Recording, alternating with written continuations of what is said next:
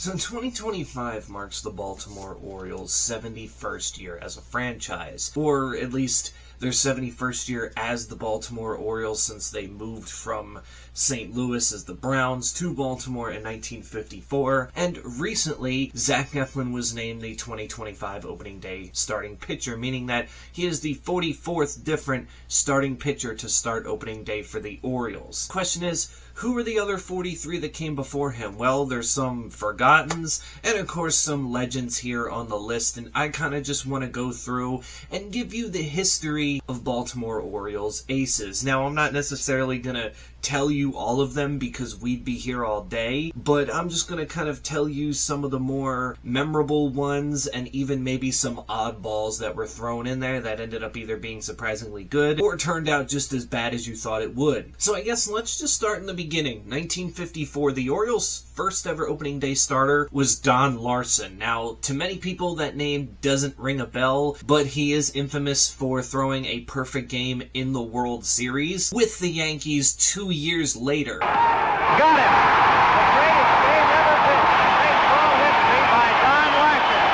A no-hitter, a perfect game in a World Series. This was Don Larson's rookie season, I believe, and he lost 21 games this year while only winning 3. Of course, the Orioles weren't good. They lost 100 games, and they did lose this game 3-0. As a matter of fact, from 1954 to 1963, the Orioles would have a different opening day starter every single year, with the first pitcher to start multiple opening days for the team being Milt Pappas, who did so in 1961 when the Orioles lost 7-2 to the Angels, and again in 1964 when the Orioles beat the White Sox 5-3. The first ever starting pitcher to start back-to-back opening days, well, that would be Steve Barber, as in 1966, the Orioles were coming off a 95-win season the year prior, and they realized that they were very, very close to getting to where they wanted to be, which was the World Series, because keep in mind, back then, there was no playoffs. You had 2 divisions, and the winner of each of those divisions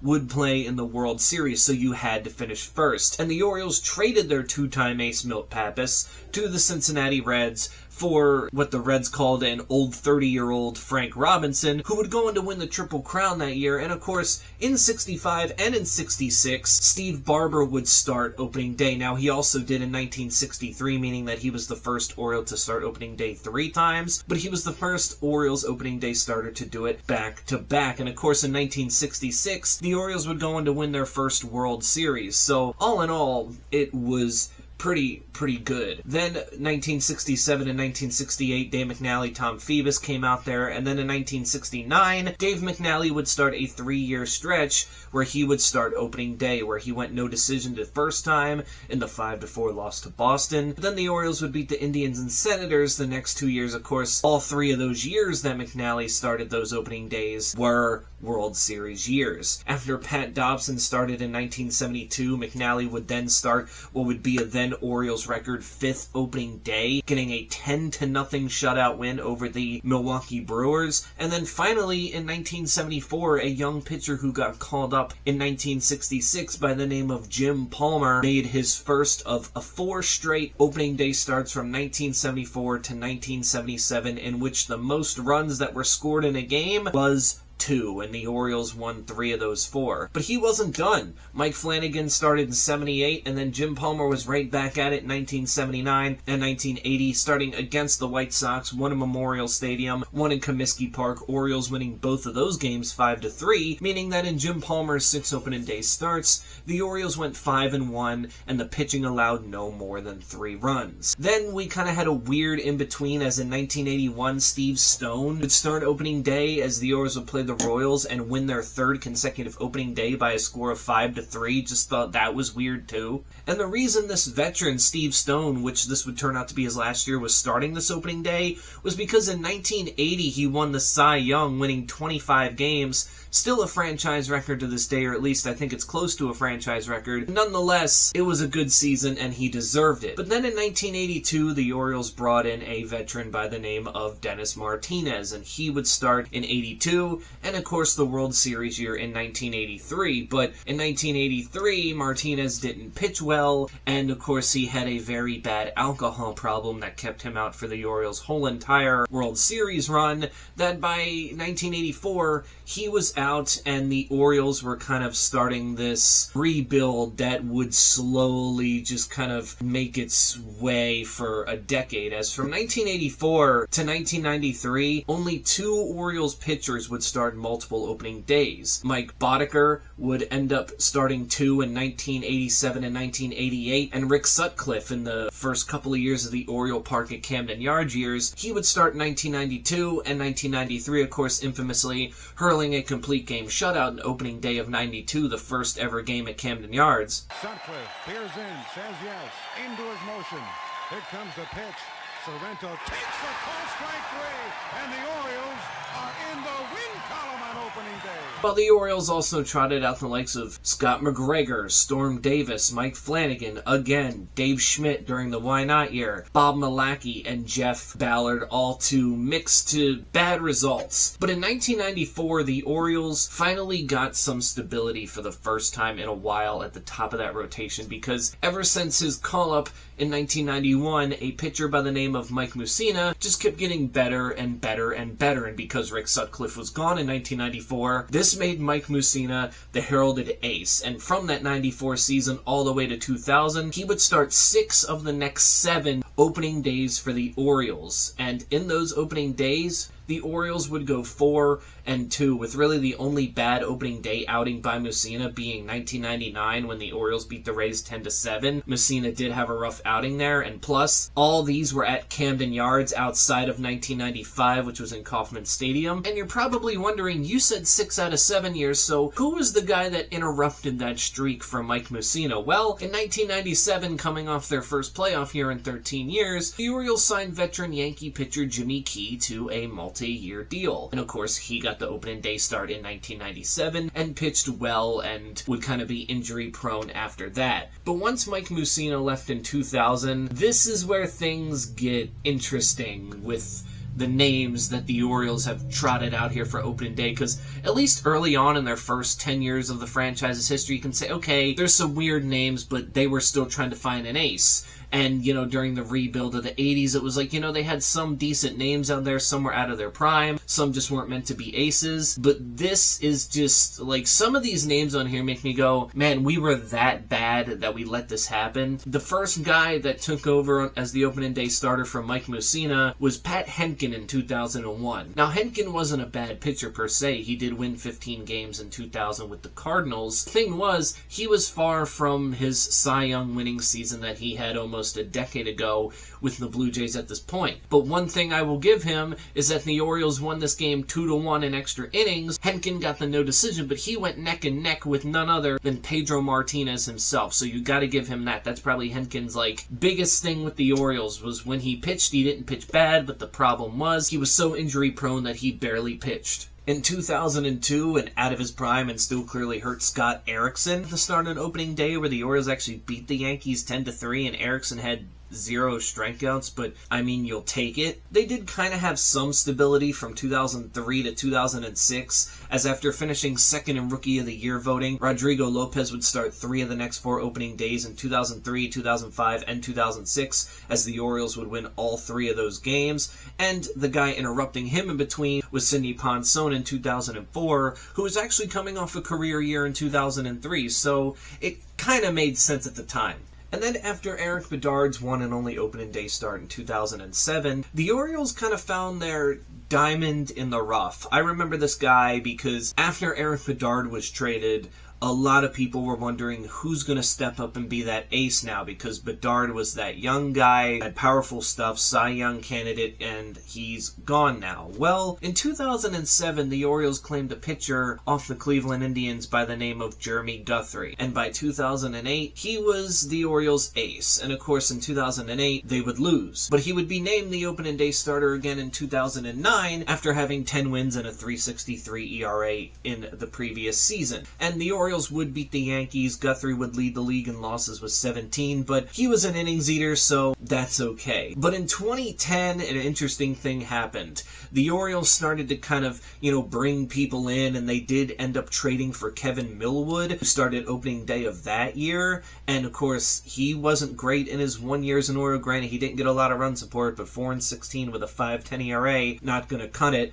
And then in 2011, Jeremy Guthrie would then start his third and final opening day, making Jeremy Guthrie the Orioles' first, you can say, not necessarily true ace since Mike Mussina, since they had Rodrigo Lopez kind of out there and he was known as an innings eater, but you just kind of knew what you were going to get with him. That's why it came to everyone's surprise that in 2012, the Orioles decided to trade him to the Colorado Rockies for a pitcher that we will get to in a minute. But now we're getting to the point where we're not going to hear many reoccurring names for the Orioles, because in 2012, the year the Orioles ended their playoff drought, might I add, a young Jake Arrieta was the ace of the staff, having won 10 games the year before. He wasn't good this year either and kind of fizzled out and was traded the next year. And in 2013, the man that the Orioles traded for in the Jeremy Guthrie trade, Jason Hamill, would then make his one and only opening day start with the Orioles. And yes, he had a good 2012, so it was kind of deserving, but there was other pitchers on there that you can probably look at and go,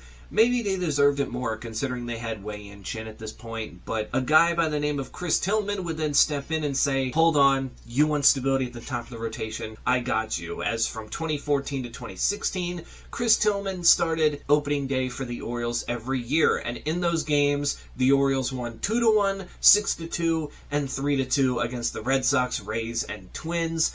Meaning that not only did Chris Tillman pitch well in all those games, but the bullpen pitched well, including in the 2016 game where Tillman in 2 innings had a perfect 2 innings, striking out 5 of the 6 batters he faced, but because of a long rain delay, the Orioles did not send him back out there. So in what could have been his best opening day start ever, we never got to see him finish it because of that. But then things started to take a turn. Chris Tillman was still there, but he was aging, and I guess the Orioles thought it's time to hand it over to one of the young guys. And in 2017, Kevin Gausman got the opening day start for the Orioles, this time against the Blue Jays, and wouldn't you know it, the Orioles won, as they kind of had this trend. From 2011 to 2018, the Orioles won every single opening day game, but the thing was, the largest margin of victory during this 8-game winning streak on opening day was 4 runs when they beat the Rays 6-2 in 2015. Outside of that, they were winning these games by 1 to 2 runs, and this was the second straight year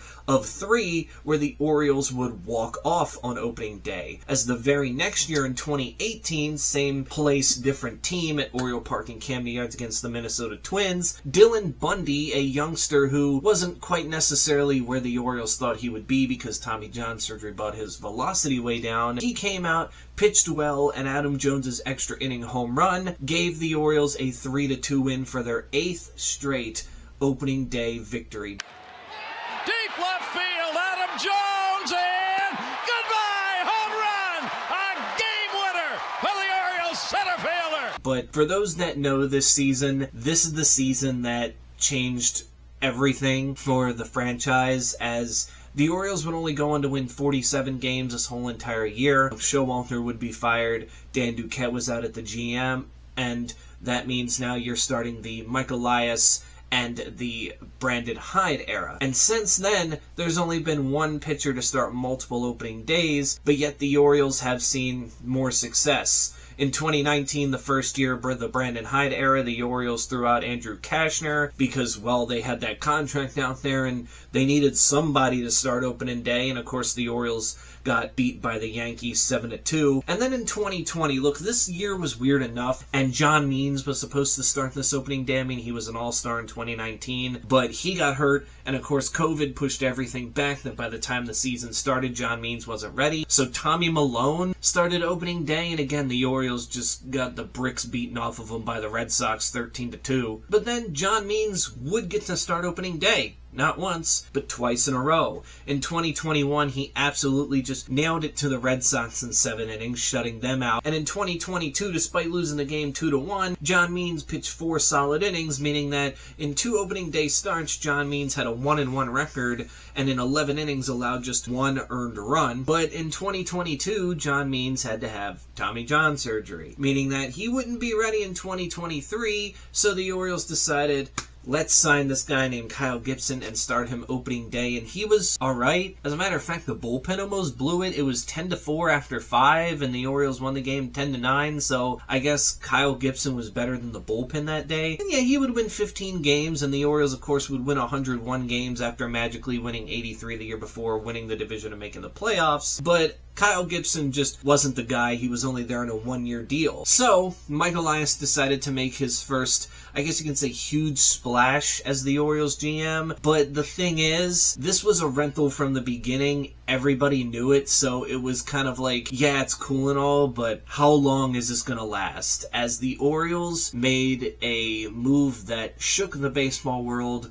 trading DL Hall and Joey Ortiz to the Milwaukee Brewers for none other than 2021 National League Cy Young Award winner Corbin Burnes. This felt like, for the first time since Mike Mussina, the Orioles had a true Cy Young contender, even though Kyle Bradish finished, 4th or 5th in 2023 in the American League Cy Young. But let's be honest, we have a Cy Young winner here. This guy has only really had 1 bad year his whole career, but has been as advertised since being called up with the Brewers. And well, it went well. I mean, after giving up a home run just 2 batters into his Oriole career, he went 6 innings and 1 run ball, striking out 12, and he would end up winning 15 games, having an ERA under 3, while just missing out on the 200 innings list, finishing again inside the top 5 for AL Cy Young. But again, that problem, well, he was a rental, because when you traded for him, he was in the last year of his contract with the Brewers, and he has since signed with the Arizona Diamondbacks. So, no more Corbin Burnes.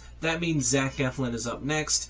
Who knows what he'll do, but the Orioles have won 3 of the past 4 opening days. So, again, we'll just have to wait and see there. I just kind of wanted to make this video because the Orioles opening day history is interesting, because early on in their history, you can definitely see some names like, oh yeah, Jim Palmer, Dave McNally, I know that one. Surprised to see that Mike Cuellar never started an opening day for the Orioles, but I guess when you're in a rotation with Palmer, McNally, it kind of becomes very, very hard to pick between them. And then, of course, you got some weird names. Like I said, Tommy Malone. I don't even think people really even remember that. And unless you were an Oriole fan in 2010, Kevin Millwood would not come to mind as someone you would expect to start opening day for the Orioles. But newsflash, he did. In the end, that's it for me. You can tell me in the comments below, what do you think of the Orioles opening day starter history? Who's the weirdest one you remember seeing, like, walking out there like, how did this man get an opening day nod when there was probably a better option on the roster? Or sometimes there just isn't, and you gotta pick and choose out of a hat. And who was the most fun to watch on opening day? Because, like I said, there's some that started multiple, and it seemed like they always pitched well when opening day hit. But, yeah, that's it for me. Stay safe out there, and I will catch you all in the next one. Thank you, girls. That's so sweet. That is amazing. Thank you guys so much for that. That is so cool.